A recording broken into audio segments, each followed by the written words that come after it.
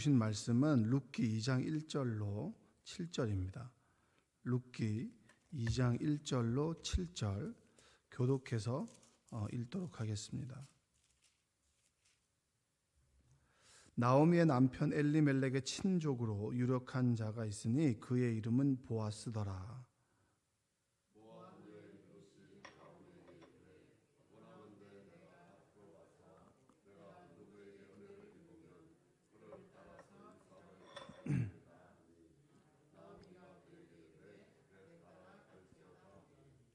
룻이 가서 베는 자를 따라 밭에서 이삭을 줍는데 우연히 엘리멜렉의 친족 보아스에게 속한 밭에 이르렀더라.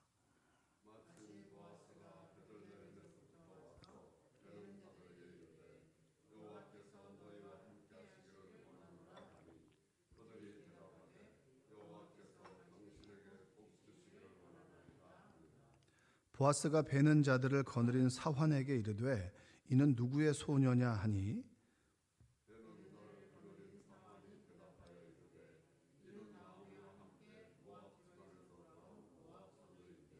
함께 읽겠습니다. 그의 말이 나로 베는 자를 따라 단 사이에서 이삭을 줍게 하소서 하였고 아침부터 와서는 잠시 집에서 쉰 외에 지금까지 계속하는 중이니이다. 아멘. 오늘도 하나님의 은혜가 여러분의 삶 가운데 함께하기를 주님의 이름으로 축복합니다. 룻이 그 나오미를 따라서 이제 베들레헴으로 옵니다. 이 베들레헴이라고 하는 뜻은 이 바이트가 가문이라는 뜻입니다. 가문, 우리의 가문을 세운다. 여러분 뭐 최씨 가문, 뭐 이씨 가문, 뭐 박씨 가문 이런 가문이 있잖아요. 가문. 그 다음에 레헴, 그러니까 바이트 레헴 하면 빵입니다. 빵. 가문과 빵. 그래서 뭐 하나님의 떡집이라고 하기도 하는데 이 베들레헴이라고 하는 뜻은 가문과 빵, 이게 합쳐진 말입니다. 여기 와서 베들레헴에 와서 먹는 문제가 해결이 됐습니다. 그러니까 모압 땅에 있을 때는 먹는 문제가 좀 힘들었죠. 가문의 문제도 힘들었고, 그리고 베들레헴으로 다시 돌아온다라고 했을 때 그 가문이 다시 세워지고, 그리고 먹는 문제가 해결이 된다는 뜻이에요. 하나님의 땅에 들어오면 우리 가족의 명예와 그리고 가족이 먹고 사는 문제가 해결이 된다. 그럼 반대로 얘기하면 먹고 사는 문제가 해결된 베들레헴에서 모압 땅으로 간다라고 하는 건 뭘까요? 가문의 문제와 먹고 사는 문제가 해결이 안 된다는 거예요. 그런데 눈에 보이는 걸 쫓아가는 거죠. 해결이 될까 봐. 해결하기 위해서 풍족할 때 나갔다. 이게 이제 룻기에서 얘기하는 거잖아요. 그러니까 룻기만을 보지 말고 사사기의 전체적인 방향을 보셔야 돼요. 여러분 그 레위인과 첩의 이야기를 제가 말씀을 드렸는데 레위인이 자신의 그 지켜야 할 성전과 거해야 될 어떤 도피성을 떠났습니다. 거해야 될 곳을 떠났어요. 레위인들과 그 다음에 그들이 하나님께서 주신 성읍을 떠났어요. 떠나고 첩과 함께 살아가죠. 첩과 함께 살아갔다라고 하는 것은 첩이 유력한 집 딸이에요. 경제적으로 부한 집이에요. 그래서 그들로 인해서 얻을 것들을 원해서 정략적인 결혼을 했어. 그래서 그게 바로 첩이 되는 겁니다. 그러니까 모든 본문에 따라 자기의 어떤 거할 곳과 그리고 해야 될 일들을 떠난 사람이 바로 레위인과 첩입니다. 그리고 어떻게 보면은 이 룻과 나오미도 똑같죠. 떠났다가 근데 다시 돌아오는 룻과 나오미의 모습입니다. 자, 막상 베들레헴으로 돌아왔을 때 먹고 살 집부터 시작해가지고 그리고 당장 내가 양식이나 뭐 몇 사람들이 오면 친척들이 뭐 우리 집 와서 식사하자 그래서 밥도 먹고 어떻게 살았냐 고생 많이 했다라고 하지만 남들이 도와주는 것도 하루 이틀이잖아요. 그러니까 자신이 살 조그만 옛날에 살 집, 그 집에 거했다 칩시다. 그리고 난 다음에 사람들이 주는 양식을 좀 먹었다 해요. 그런데 그 양식도 다 떨어질 즈음에 이제 룻이 나가서 일을 해야 되는 거예요. 왜냐? 엄마가 일을 못하니까. 나오미가 나가서 일을 해야 되는 그러한 상황인데 예전에는 그 남편이 있을 때 그리고 아들이 있을 때는 그래도 좀 풍족했단 말이에요. 먹고 살만 했단 말이죠. 의리의리한 집도 있었고 근데 이 사람이 나가서 이삭을 줍는다라고 했을 때 얼마나 좀 마음이 그렇겠어요. 그러니까 나오미는 나를 말하라고 불러라. 하나님께 날 치셨다. 그러니까 밖에 나가서 일할 수 있는 그런 나이도, 그 다음에 명분도, 그 다음에 사람들 보기에도 좀 부끄러우니까 집에 있고, 그러니까 딱 눈치를 보니까 룻이 어머니를 먹여 살려야 될 것 같아요. 그래서 나가서 일을 내가 하겠습니다. 이삭이라도 죽겠습니다. 레위기에 보면은 19장 9절과 10절에 보면 이런 그 구절이 있습니다. 너희가 너희의 땅에서 곡식을 거둘 때에 너는 밭 모퉁이까지 다 거두지 말고 내 떨어진 이삭도 줍지 말며 내 포도원의 열매를 다 따지 말며 내 포도원에 떨어진 열매도 줍지 말고 가난한 사람과 거류민을 위하여 버려두라. 나는 너희의 하나님 여호와이니라. 내가 너희를 구원할 하나님이다. 그런데 네가 가나안 땅에 들어가 살 때, 그리고 너희들이 살아갈 땅에서는 자, 곡식을 거둘 때 떨어진 건 일부러 싹싹 줍지 말아라. 놔둬라. 새들이 먹고, 그리고 나그네와 고아와 과부들이 자신의 먹을 것을 해결할 때 구차하게 자꾸 구걸하지 않아도 어느 밭에 가면 떨어진 나락이 있더라. 그 나락을 주었더니 살만하더라 라는 말을 들을 수 있도록 놔둬라. 그리고 과일을 거둘 때도 좀 모관하고 땅에 떨어진 거 이런 거 그냥 버려둬라. 지나가던 새들이 먹고 그래 나그네들이 먹을 수 있도록 놔둬라. 함께 살아야 될 거 아니냐. 우리가 살아가는 공동체가 너만 잘 사는 게 아니라 나도 살고, 그리고 이들이 가난하지만 언제까지 가난하리라는 보장이 없다. 이들도 먹고 살 수 있도록 기반을 마련해 줘야 되지 않겠냐. 그러니까 놔둬라. 이게 바로 하나님의 법이다. 그럼 하나님의 나라는 이런 곳입니다. 나 혼자서 다 먹어치우는 것이 아니에요. 오병이의 기적의 시작은 누구죠? 어린아이잖아요. 어린아이는 어렸을 때부터 나눠주는 걸 부모로부터 배웠을 거예요. 그랬더니 그러니까 누구도 자신의 것을 내어놓지 않는 그때 그 꼬마 아이가 움켜쥐는 아이가 자신의 손을 편 거잖아요. 그러니까 함께 살아가는 걸 배웠던 아이, 그 아이를 통해서 하나님은 역사하셔서 5천 명을 먹이고 살렸다. 여러분들은 어떠십니까? 여러분들은 자꾸 싹싹 긁어서 먹으려고 하십니까? 아니면 내 것을 조금 나눠주려고 하십니까? 함께 먹고 살아야 되잖아요. 그렇죠? 어떤 사업을 하시는 분들도 함께 먹고 살기 위해서 하는 거고, 그러니까 이윤을 많이 추구하는 이유는 직원들도 함께 먹여 살리기 위해서 이윤을 추구하는 거잖아요. 근데 직원들까지 뺏어서 내 목만 채우려고 하는 것은 하나님의 백성들이 할 행동은 아니라는 거예요. 그게 바로 레위기에 있는 말씀이에요. 자, 룻이 이삭을 주우러 간 곳이 3절 한번 읽어보겠습니다. 3절. 자, 룻이 가서 베는 자를 따라 밭에서 이삭을 줍는데 우연히 엘리멜렉의 친족 보아스에게 속한 밭에 이르렀더라. 그러니까 룻이 집을 나갔습니다. 룻은 베들레헴이 처음이잖아요. 그러니까 며칠 사는 동안 동네 한번 둘러봤겠죠. 아, 이쪽 밭이 있고 여기서 정말 땀 흘려서 일하는 사람들이 있네. 그래서 거쳐 그리고 왠지 마음이 이끌려서 간 곳이 거기서 이삭을 주었습니다. 여기서 제가 여기 온 사람인데 여기서 이삭을 좀 주울 수 있을까요? 라고 허락을 받았겠죠. 그래서 따라다니라고 이삭을 열심히 줍고 있습니다. 근데 그곳이 알고 보니까 1절에서 나왔던 유력한, 그러니까 고엘의 제도, 그러니까 이 가족이 남편을 잃어버리고 뭔가 살아갈 능력이 없을 때 친족 중에 한 명이 이 사람을 책임져야 되는 고엘이라는 제도의 가장 유력한 사람이 보아스다. 근데 우연히 간 곳이 보아스의 집이랍니다. 보아스의 밭. 자, 그 다음에 4절 한번 읽어볼까요? 4절.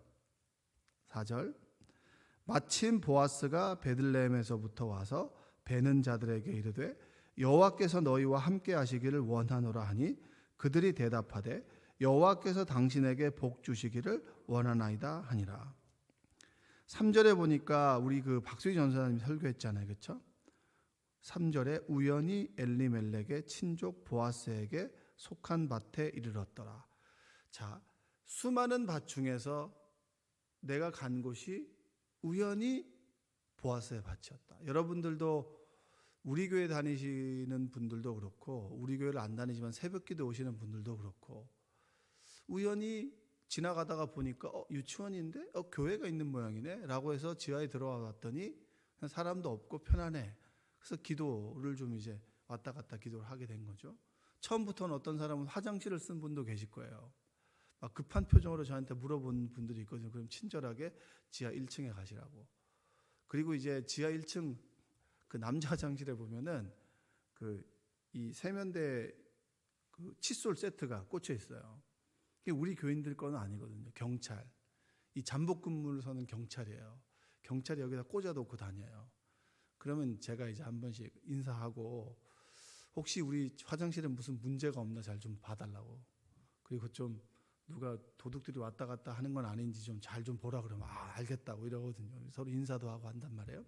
그분들도 이제 우연히 왔다 갔다 화장실을 써야 되니까 오다 보니까 교회가 있네. 그래서 교회 화장실을 쓰고, 그리고 택배하시는 분들도 이제 왔다 갔다 하다 화장실을 좀 쓰다 보니까 성전이 있으니까 교회 다니니까 택배하시는 분들 중에 한 분은 꼭 여기 와서 기도하는 분도 계시거든요.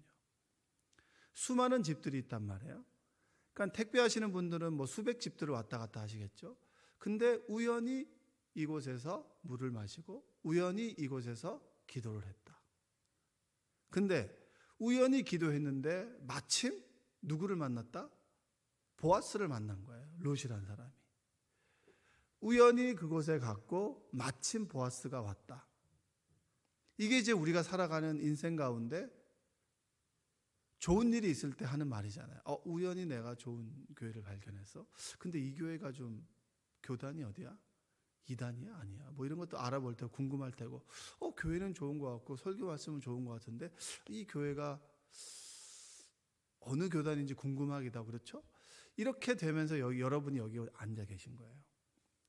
우연히 이곳에 와서 새벽 예배당 와봐야겠다, 주일 예배당 와봐야겠다. 근데 마침 목사님이 내가 궁금해하던 하나님의 말씀을 전해 주셨어. 이게 우연과 마침 이거잖아요. 우리 인생이 어떻게 보면 그렇게 이루어지는 거 아니겠습니까? 그래서 사람들은 어떤 뽑기를 하듯이 우연히 좋은 곳을 만났다. 그리고 마침 귀인을 내가 그곳에서 봤어. 라고 얘기를 하는데, 그리스도인들은 우연과 마침을 하나님의 섭리라고 얘기를 합니다. 할렐루야. 하나님의 인도하심이다. 하나님께서 나를 이곳까지 이끄셨구나. 여러분, 수많은 돌아갈 곳 중에서 나오미가 베들레헴으로 다시 돌아왔다.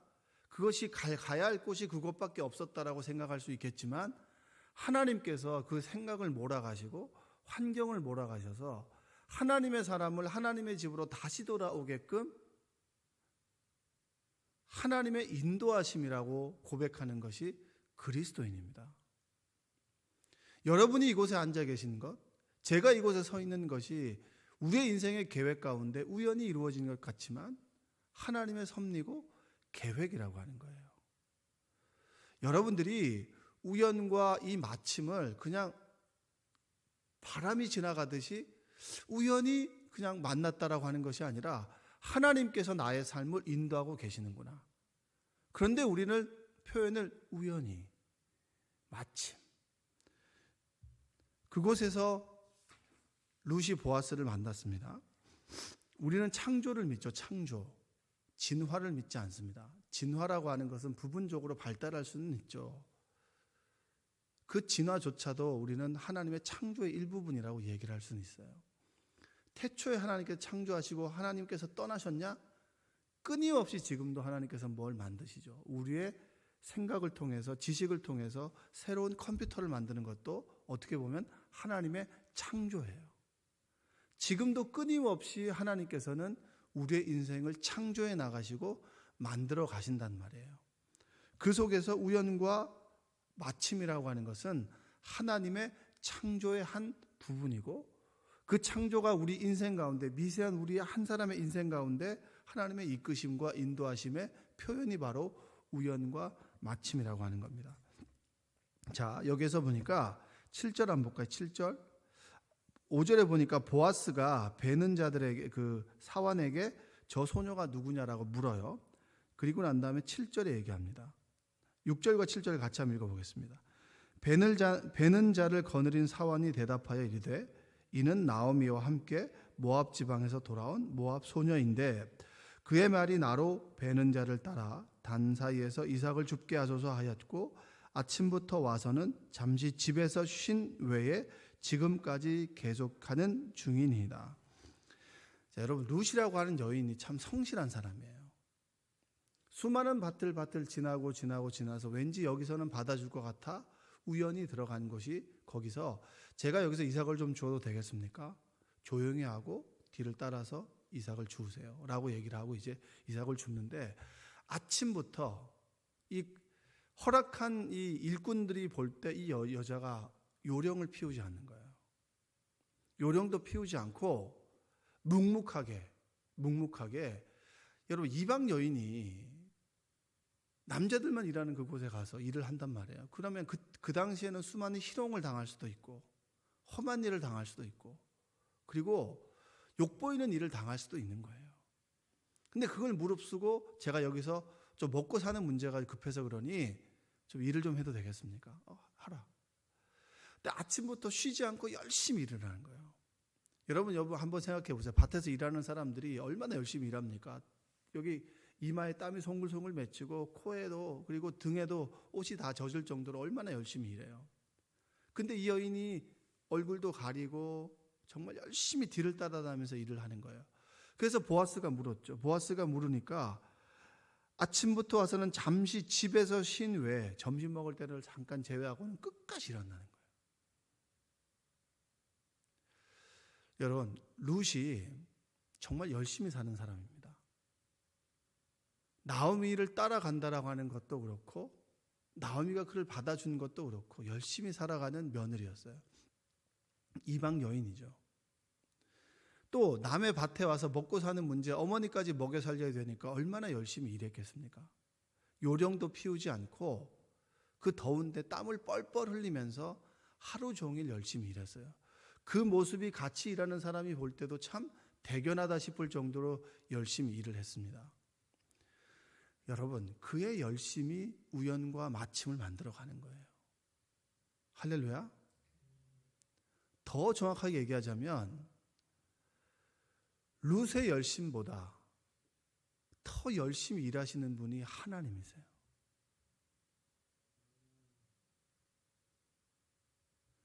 우리 인생 가운데 나보다 더 열심히 일하시는 분이 누구냐면 하나님이세요.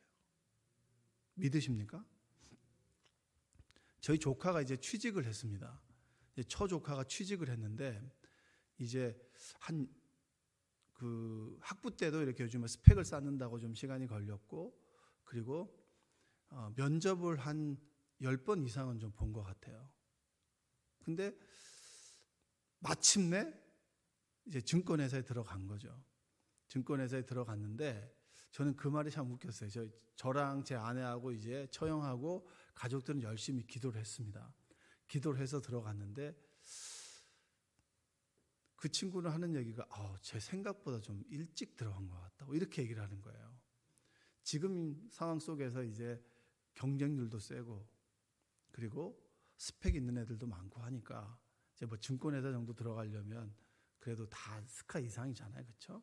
얘도 이제 스카이를 나왔으니까 가서 면접을 보고 그리고 날고 기는 애들 사이에서 취직을 된다라고 하는 게 뭐 쉽진 않겠죠. 그래서 자기가 세웠던 기준에 이 정도 한 텀은 더 가야 본인이 취직이 될 것이다라고 예상을 했는데 하나님께서 저희 기도를 들으시고 그리고 아주 불쌍히 여기셨는지 그 아이의 생각보다는 좀 일찍 들어간 거예요. 그 얘기를 딱 듣고 제가 너의 열심보다 하나님이 참 열심히 일하셨구나라는 그런 마음이 들었어요. 우리가 열심히 일해서 이런 결과를 맞이한다. 그리고 우리가 우연히 이 밭에서 마침내 보아스를 만났다. 그 역사적인 만남이죠. 하나님께서는 만남을 통해서 역사하시는 거 아닙니까?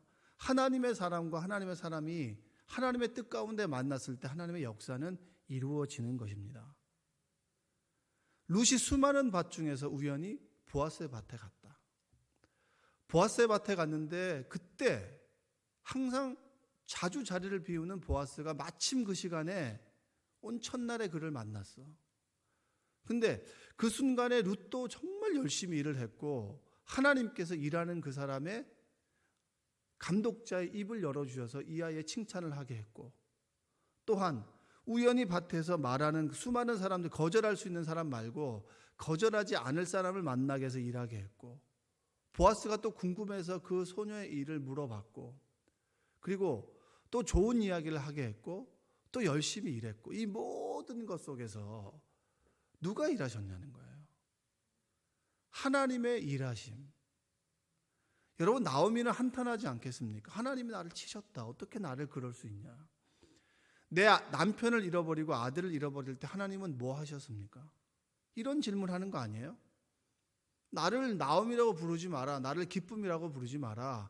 나를 마라라고 불러라. 나 하나님께서 나를 치셨다. 내 인생은 너무 쓰다. 단 인생이 아니라 쓰다. 잘 되고 좋고 경산한 일 나한테 얘기하지 말아라. 난 하나님께 실망했고 내 인생도 이번 생은 끝났다 라고 얘기를 할 거예요. 근데 그 상황 속에서 이 본문을 통해서 하나님께서 룻을 통해서 무엇을 이야기하고 계신가? 하나님의 열심. 여러분보다 여러분의 기도를 1시간, 2시간 해서 이것이 이루어지는 것이 아니라 여러분의 기도보다 더 열심히 나의 인생을 사랑하시고 나의 인생을 이끌어 가신 그 하나님의 열심이 우리 가운데 있다. 그 하나님의 열심이 우연히 그 밭으로 인도하셨고 마침내 보아스를 만나게 하셨고 또 좋은 일꾼들을 만났고 또 내가 열심히 일하도록 그 마음을 주신 분도 누구시다? 하나님이시다. 여러분의 인생 가운데 지금도 하나님이 일하십니다. 믿으세요? 늘 부족하시죠? 늘 부족하고 참 왜 이렇게 나는 어렵게 사는 거야? 라고 하는 분도 계실 거예요. 그러나 하나님께서 우리의 인생 가운데 각기 일하고 계신다. 그 하나님의 그 섭리와 인도하심을 믿고 신뢰하는 여러분들 되시기 바랍니다. 기도하실 때도 여러분 그걸 믿고 기도하셔야죠. 그냥 내 푸념과 하소연이 기도가 아니잖아요. 때로 내 푸념과 하소연이 기도가 될 수 있습니다. 그것 또한 내 마음이 후련해진다면 좋은 기도가 되겠죠. 그러나 우리의 평생의 기도가 될까 말까 될까 말까 될까 말까, 그리고 힘들 때는 나와서 기도하고 그리고 좋을 때는 산으로 들러가고 그런 모습이 되면 안 되잖아요. 산과 들에 있을 때도 그리고 내가 열심히 일할 때도 하나님은 나보다 더 열심히 일하는 거예요. 룻은 우연히 갔지만 우연을 만들기 위해서 하나님께서는 얼마나 많은 일을 하셨습니까? 그 하나님이 내가 믿는 하나님이다. 그것이 여러분 오늘 이 말씀에서 우리에게 주시는 하나님의 레슨이에요. 나의 인생보다 나의 인생의 열심보다 더 열심히 일하시는 하나님이 계시기에 우리는 든든하게 세상을 살아갈 수가 있습니다. 두렵고 떨리는 마음이 아니라 하나님 안에서 평안하게 오늘 하루를 살아갈 수 있는 것은 나보다 더 열심인 하나님이 계시기 때문입니다. 어린아이가 그냥 유치원에 가죠. 유치원에 가기 전까지 그 엄마는 얼마나 많은 수고와 열심이 있습니까? 옷을 입히고 그리고 아이를 달래고 그리고 아이를 밥을 먹이고 그리고 아이들에게 끊임없이 뭔가를 해주죠. 근데 아이는 일어나서 밥 먹고 유치원에 가는 거예요.